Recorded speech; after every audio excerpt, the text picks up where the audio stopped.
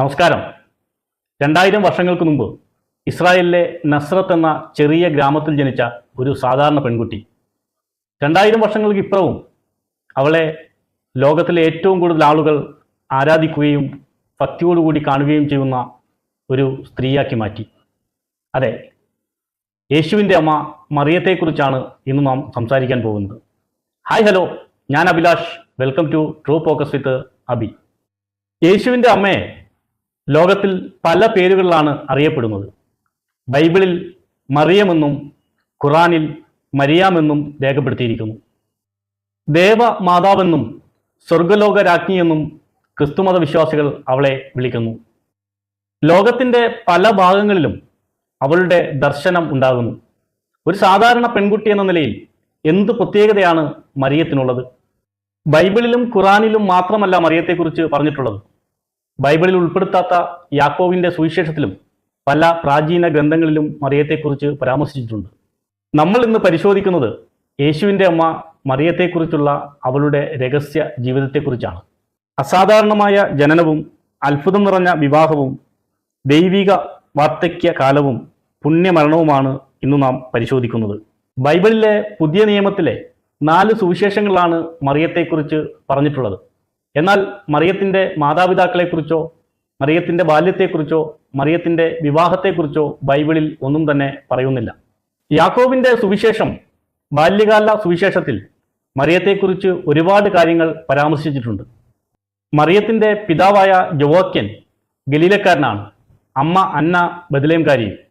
ഇവരുടെ വിവാഹം കഴിഞ്ഞ് ഒരുപാട് കാലം കഴിഞ്ഞിട്ടും മക്കളില്ലാത്തതിനാൽ ഇരുവരും ഏറെ സങ്കടത്തിലായിരുന്നു. ഒരു കുഞ്ഞിനു വേണ്ടി ഇരുവരും എപ്പോഴും പ്രാർത്ഥനയിലും ഉപവാസത്തിലും തങ്ങളുടെ സ്വത്ത് ദാനം നൽകിയും ദൈവകൃപയ്ക്കായി യാചിച്ചു.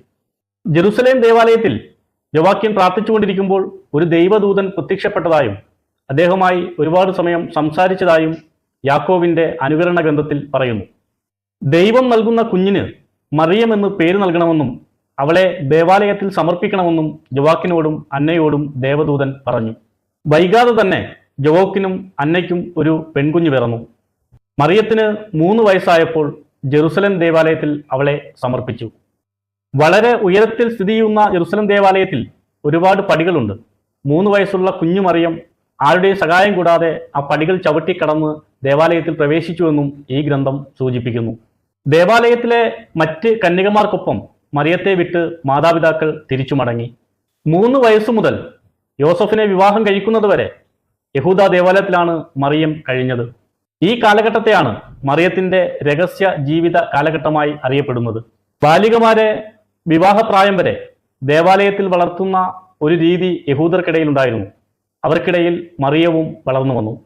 ഈ സമയങ്ങളിൽ മാലാഖമാർ മറിയത്തെ വന്ന് കണ്ടിരുന്നതായും അവർ നൽകിയിരുന്ന ഭക്ഷണം മറിയം കഴിച്ചിരുന്നതായും യാക്കോബിൻ്റെ ആദ്യ സുവിശേഷം പറയുന്നു.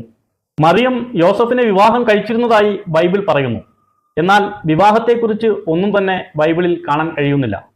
യഹൂദ പുരോഹിതന്മാരാണ് മറിയത്തിൻ്റെ വരനെ തിരഞ്ഞെടുത്തത്. യഹൂദ നിയമപ്രകാരവും മോശയുടെ ന്യായപ്രമാണവും അനുസരിച്ചായിരുന്നു വിവാഹ ചടങ്ങുകൾ എന്നു സൂചിപ്പിക്കുന്നു. മറിയത്തോടൊപ്പം വളർന്ന 7 കന്യകമാരെയും ഇതിനോടൊപ്പം തിരഞ്ഞെടുത്തു. ദാവീദിന്റെ ഗോത്രത്തിൽ പിറന്ന മറിയത്തിന് ആ ഗോത്രത്തിൽ നിന്ന് തന്നെയുള്ള വരനെ കണ്ടെത്തണമായിരുന്നു. അതിനുവേണ്ടി ദാവീദിന്റെ ഗോത്രത്തിലുള്ള പുരുഷന്മാരെ ദേവാലയത്തിലേക്ക് ക്ഷണിച്ചു. മറിയത്തേക്കാൾ പ്രായം കൂടുതലുണ്ടായിട്ടും യോസഫിനെയും ദേവാലയത്തിലേക്ക് ക്ഷണിച്ചിരുന്നു. ആചാരപ്രകാരം എല്ലാ പുരുഷന്മാരും ഒരു ഒലീവ് ചെടിയുടെ ശിഖരവുമായിട്ടാണ് ദേവാലയത്തിൽ എത്തിയത്. പ്രാർത്ഥനയ്ക്ക് ശേഷം വരനെ തിരഞ്ഞെടുക്കുവാനായുള്ള നറുക്കെടുപ്പിന്റെ സമയത്ത് എവിടെ നിന്നോ പറന്നു വന്ന ഒരു പ്രാവ് യോസഫിന്റെ കയ്യിലിരുന്ന ഒലീവ് മരത്തിന്റെ ശിഖരത്തിൽ വന്നിരുന്നു. ആ ശിഖരം പെട്ടെന്ന് പൂവിട്ടു. ഇതൊരു അടയാളമായി കണ്ട പുരോഹിതന്മാർ മറിയത്തെ യോസഫിന് വിവാഹം ചെയ്തു നൽകി. എന്നാൽ യോസഫ് മറിയത്തെ വിവാഹം കഴിക്കുമ്പോൾ യോസഫിന് വേറെയും മക്കളുണ്ടായിരുന്നതായി യാക്കോബിൻ്റെ സുവിശേഷത്തിൽ സൂചിപ്പിക്കുന്നു. ബേത്ലഹേമിൽ വെച്ച് മറിയത്തിന് പ്രസവവേദന വന്നപ്പോൾ യോസഫിൻ്റെ മക്കളെ മറിയത്തിന് കൂട്ടിരുത്തിയിട്ട് സ്ത്രീയെ തേടി പോയി എന്ന് സുവിശേഷം പറയുന്നു. മറിയത്തെ വിവാഹം കഴിക്കുന്നതിന് മുമ്പ് തന്നെ യോസഫ് വിവാഹിതനും പിതാവുമായിരുന്നുവെന്ന് ഈ സുവിശേഷത്തിൽ സൂചിപ്പിക്കുന്നു. ബൈബിളിൽ പുതിയ നിയമത്തിൽ ലൂക്കോയുടെ സുവിശേഷത്തിലാണ് മറിയത്തെക്കുറിച്ച് കൂടുതൽ പരാമർശിക്കുന്നത്. കന്യകയും ദൈവകൃപ നിറഞ്ഞവളുമായ മറിയത്തിൻ്റെ മുമ്പിൽ ദൈവദൂതനായ ഗബ്രിയേൽ പ്രത്യക്ഷപ്പെടുന്നു. മറിയം ഗർഭവതിയാകുമെന്നും ഒരു പുത്രന് ജന്മം നൽകുമെന്നും ഗബ്രിയേൽ പറയുന്നു. എന്നാൽ പുരുഷനെ അറിയാത്ത താൻ എങ്ങനെ ഗർഭവതിയാകുമെന്ന് മറിയം തിരിച്ചു ചോദിക്കുന്നു. ഗബ്രിയേൽ പറഞ്ഞത്, പരിശുദ്ധാത്മാവ് നിന്റെ മേൽ വരും, അത്യുന്നതന്റെ ശക്തി നിന്റെ മേൽ വസിക്കും. മറിയം തൻ്റെ ബന്ധുവായ എലിസബത്തിനെ സന്ദർശിക്കുന്ന സന്ദർഭവും ഇവിടെ വ്യക്തമായി വിശദീകരിക്കുന്നു.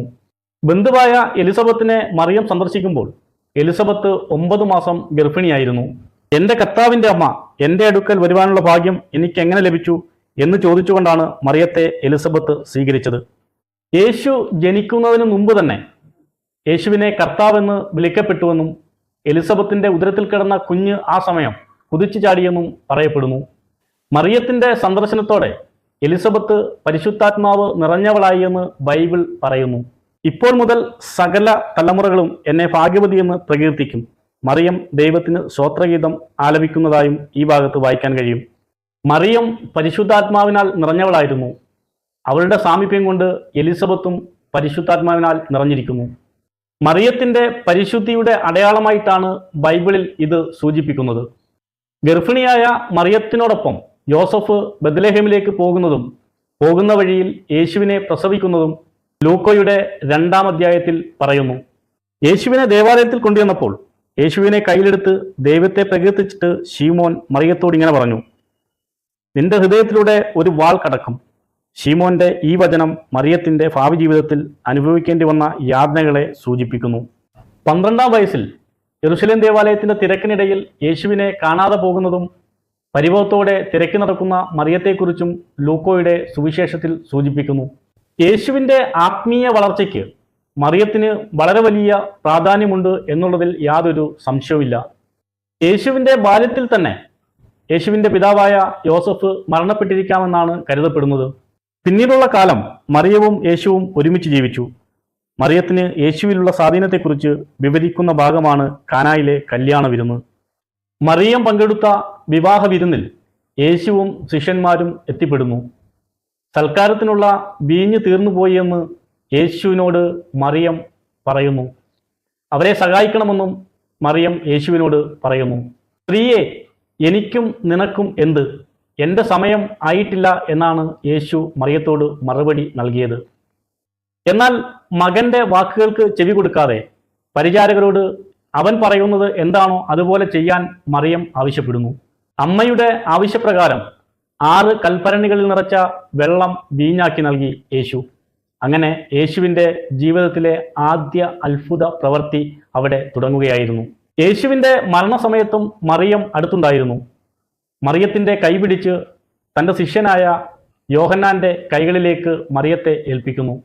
സ്ത്രീയെ, ഇതാ നിന്റെ മകനെന്ന് മറിയത്തോടും ഇതാ നിന്റെ അമ്മയെന്ന് യോഹന്നാനോടും യേശു പറയുന്നു. യേശുവിൻ്റെ മരണശേഷം യോഹന്നാനോടൊപ്പം യെരുശലേമിലാണ് മറിയം താമസിച്ചതെന്ന് തർത്തുല്യൻ്റെ ലേഖനത്തിൽ പറയുന്നു. മറിയത്തിൻ്റെ വീട് ഇന്ന് വളരെ വലിയൊരു തീർത്ഥാടന കേന്ദ്രമായി മാറിയിട്ടുണ്ട്. ക്രിസ്ത്യാനികളും മുസ്ലിങ്ങളും അവിടെ എത്തുകയും പ്രാർത്ഥനകൾ നടത്തുകയും ചെയ്യുന്നുണ്ട്. എന്നാൽ ജെറുസലേമിലെ യോഹന്നാന്റെ വീട്ടിൽ വെച്ചാണ് മറിയം മരിച്ചതെന്ന് ചില പുരാതന ലേഖനങ്ങൾ സൂചിപ്പിക്കുന്നു. മരണസമയം യാത്രയിലായിരുന്ന യോഹന്നാൻ തിരിച്ചെത്തി. വിവിധ രാജ്യങ്ങളിൽ സുവിശേഷ വേലകളിൽ ഏർപ്പെട്ടിരുന്ന യേശുവിൻ്റെ ശിഷ്യന്മാരും പരിശുദ്ധ മാതാവിൻ്റെ മരണസമയത്ത് എത്തിയെന്നാണ് പറയുന്നത്. പത്രോസ് ലീഗ മാതാവിനെ കിടക്കയിൽ കിടത്തി. ശിഷ്യന്മാർ എത്തിയപ്പോൾ മറിയം കണ്ണു തുറന്ന് ഓരോരുത്തരെയും നോക്കി. പത്രോസിന്റെ നേതൃത്വത്തിൽ അവർ പ്രാർത്ഥിച്ചു. മരണം എത്തിയെന്ന് മനസ്സിലാക്കിയ മാതാവ് എല്ലാവരോടും യാത്ര പറഞ്ഞു. യേശു മരിച്ച അതേ സമയം 9-ാം മണിക്കൂറിൽ മാതാവും മരണപ്പെട്ടു. മറിയം സ്വർഗത്തിലേക്ക് എടുക്കപ്പെടുകയായിരുന്നുവെന്ന് ക്രിസ്ത്യാനികൾക്കിടയിലുള്ള വിശ്വാസമുണ്ട്. ക്രിസ്തു ശിഷ്യനായ തോമസിന്റെ സുവിശേഷമാണ് ഈ വിശ്വാസത്തിന് കൂടുതൽ കരുത്തു നൽകുന്നത്. മറിയം മരിക്കുമ്പോൾ തോമസ് സ്ഥലത്തില്ലായിരുന്നു. മറിയത്തിന്റെ മരണശേഷം 3-ാം ദിവസം തോമസ് കുഴിമാടത്തിലെത്തിയപ്പോൾ ആ കുഴിമാടം ഒഴിഞ്ഞു കിടക്കുന്നുവെന്നും അവിടെ നിന്നും ഒരു പ്രകാശമുയർന്ന് ആകാശത്തേക്ക് പോകുന്നുവെന്നും തോമസ് പറയുന്നു. മാതാവിന്റെ മേലങ്കി തോമസിന് ഇട്ടു നൽകിയെന്നും തോമസിന്റെ സുവിശേഷത്തിൽ പറയുന്നു. മറിയത്തെക്കുറിച്ച് ലോകത്ത് വിവിധ തരത്തിലുള്ള കഥകളും പേരുകളും പറയുന്നുണ്ട്. ഖുറാനിൽ ഒരു സ്ത്രീയെക്കുറിച്ച് കൂടുതൽ വിശദീകരിക്കുന്ന ഒരു ഭാഗമുണ്ട്. അത് മറിയത്തെക്കുറിച്ചാണ്. മറിയത്തെക്കുറിച്ച് മാത്രമാണ് ഖുറാനിൽ ഒരു സ്ത്രീ എന്ന നിലയിൽ കൂടുതൽ പരാമർശിക്കുന്നതും.